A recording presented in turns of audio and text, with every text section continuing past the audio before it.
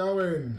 Today we're going to be looking over the new November Hero of the Month, Glenda, our magical godmother. She is a blue wizard class. Right off the bat, I like her. Without going in too much detail, definitely like her, definitely worth pulling. Let's get into her card though a little bit more. Like, as I say, she is a wizard. Clashes with a lot of other good classes. Definitely a lot of good wizards out there. Is she worth the emblems? For sure. I definitely wouldn't be against putting emblems on Glenda. I think she is very, very good. And about time too. We've had a very mediocre selection of Hero of the Months as of late. Or should I say average to mediocre. No one spectacular coming out. So yeah, it's nice to actually have someone worth pulling for, worth sticking scopes on, and is going to be of use, especially in this current meta. So yeah, let's get further into it. So she resists status alignments that give immunity to new buffs, which is pretty good. It actually works with her card as well, so I like that. It's definitely one of the better little bonuses you can get for the Hero of the Months. Last month Zulake had resistance to tornado damage, which was a little bit pointless because the only heroes that do tornado damage were the sound event heroes, and you don't really see them often. So that was a weird one, but like I said, she has a good one, so that's nice. Let's look at her, just her basic stats. So she has a very, I'd say above average damage stat, 749. I'd say a pretty average armor stat in 723, and I'd say above average health stat in 1361. Certainly with emblems, she would obviously look a lot better. She wouldn't require 20 emblems, but I'd reckon if you give this girl 9 emblems, she would be a solid addition in your war teams for sure. Let's look at the special skill, the Midnight Magic. Mana speed is average. Okay. Not the best there. Obviously, I know you guys are all out there looking at you very fast and fast, but however, for an average hero, she does offer a lot. So I do think she's worth it just based on that alone. So she deals 270% damage to the target and nearby enemies. Okay. She also gives herself and nearby allies special skills. Well, additional damage to special skills of 40% for 4 turns. So you want to sort of pair her up with, obviously, anyone that does damage. You know, for instance, if you did 2 snipers, you know, June would hit 40% harder with his special, which pretty much means he's going to one-hit most people for sure. Let's be honest. He used to be able to do that, but with the addition of emblems, it now takes sort of 2 to 3 hits to kill certain individuals. So this definitely helps reduce that number to 1 to 2 now, for sure. Okay. Now what you don't want to do is stick healers next to her, because then that makes that useless. So it does say damage, doesn't, you know, it's not 40% extra towards healing or anything like that. It's purely towards damage, so let's, you know, place her right. So offensively, she's going to go either in the tank position or in the flank position, and then beside her, you're going to want 2 high damage dealers for sure. So she also cleanses status elements from all allies. This is pretty big in this meta. We do have a lot of DOT, we have Telluria still, we have Gravemakers, Vila still. Not sure why on all of them, but they are still out there. So for the most part, it's another hero that's out that is anti-Telluria tank. But, like I said, they're still out there, so even more. So if your 6 war teams doesn't have at least 1 cleanser on that team by now, more for you, because there is plenty out there to go against Telluria. Guys, cleanse is important when you're going up against DOTs and Tellurias. This is a counter to her. This makes Telluria look stupid. Yes, you need the tiles, but hey, you pair her up with, say, a Grizzle or a Vonda, who do the same and are very fast, and then you now have a choice of red and blue or red and purple. You could stick in a Rigard. You know, your odds increase already. So think about it. That's why she's good at the moment, because the current meta still consists of Telluria, and while it consists of Telluria, status alignments will always be good.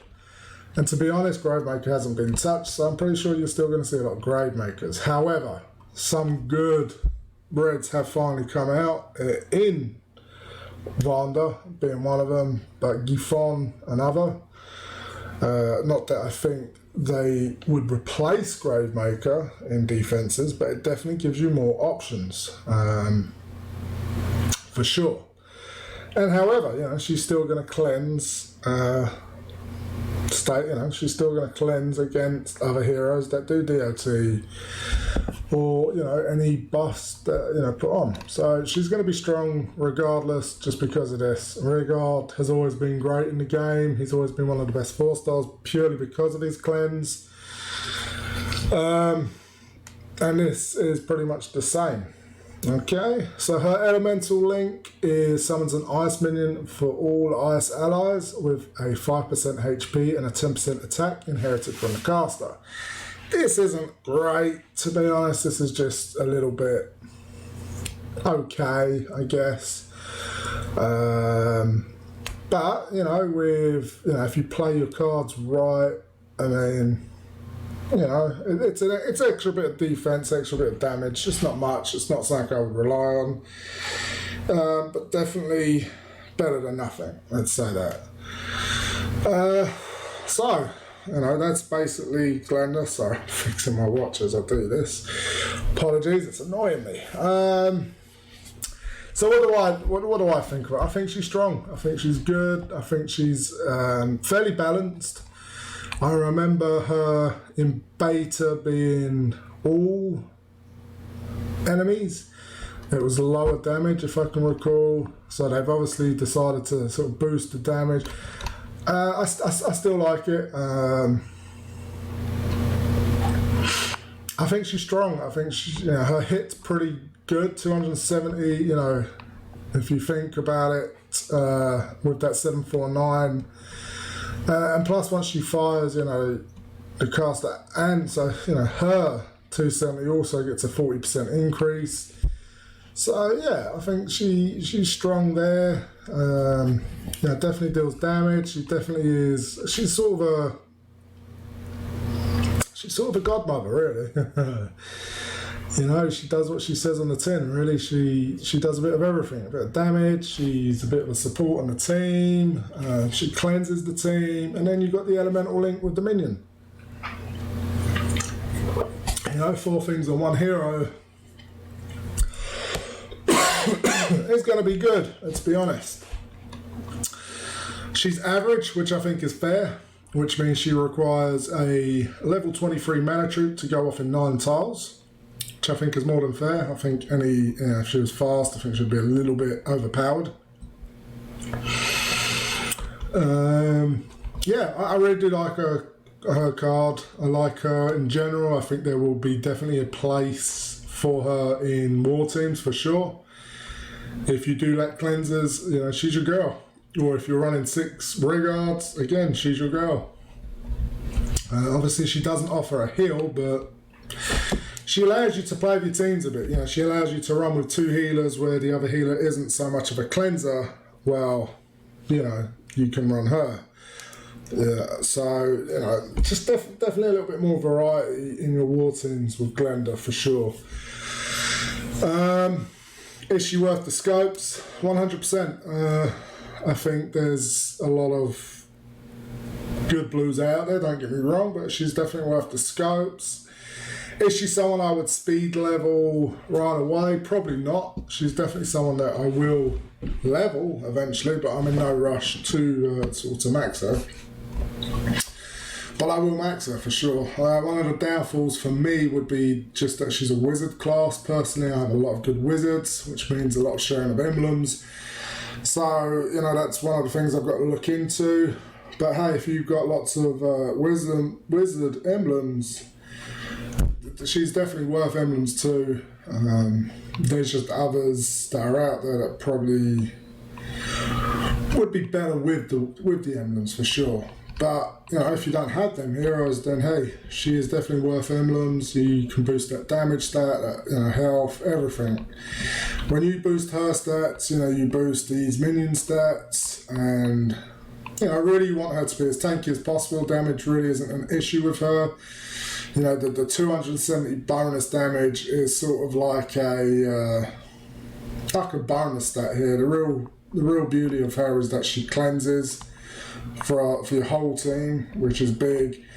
And if you use her right, with the right sort of wing tank, however you want to place her, double flank, that 40% damage for special skills will be huge if you have the right heroes next to her for sure. So yeah, overall I don't really do gradings.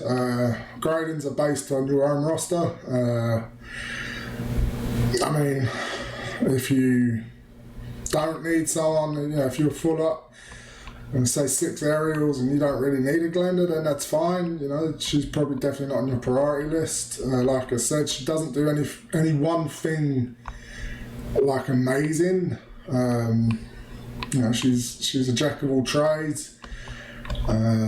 So as far as grading, I'd say for some, she's going to be a high grade, and for others, not really interested. It really depends on your needs, your rosters. However, for someone like myself who already has a pretty big roster, I would still give her the scopes 100%. I would still give her emblems 100%, and I would still include her in my war teams. I can definitely find a spot for a hero like Glenda, especially now. Everyone seems to be running double reds for some reason. So hey, it allows me to get my blues out and punish these double reds that are out there. And on top of it, it's a blue hero that cleanses. So figure that, hey, she's perfect for the new meta, which is, I won't call it the new meta. I think it's, I don't know. Personally, I'm not a fan of this double red thing. It's we as an alliance haven't had much of an issue with the double reds. Don't see really much point of it. All it does do is allow you to sort of play with your blues a little bit more. I guess the theory there is blues against Telluria isn't that good. If you go mono blue, it's probably not the best idea, but it's like all things really. If you get the board, it's not going to be an issue. I guess it's punishing a bad board. Well, Telluria punishes a bad board anyway. I'm not a fan of it either way. Glenda is out there to, she definitely has more value because of it. So think of it that way. Alright guys, I'm going to cut it there. Thank you for watching. Please like and subscribe. Apologies, I didn't really do a review on Zulag. Just didn't think she was worth it, to be honest. Whereas, I like Glenda, and I felt she was worth 15 minutes of my time and your time, so yeah. If you're interested in joining the Northern family, please feel free to line me. Whether you want to come on the waiting list for Wolves or Dragons or King of the North, who all now have waiting lists. I even think Warriors have a waiting list now. Just let me know. We can fit you in. Definitely have a room in other alliances, and as soon as spots come open, we can definitely put you in the right home. We're a very friendly, drama-free alliance. Have been for a long time. And yeah, definitely welcome to come aboard. And if not, no problem. Have fun, enjoy the game, and I'll catch you later for next month's review, who I also think is pretty good. Ciao for now.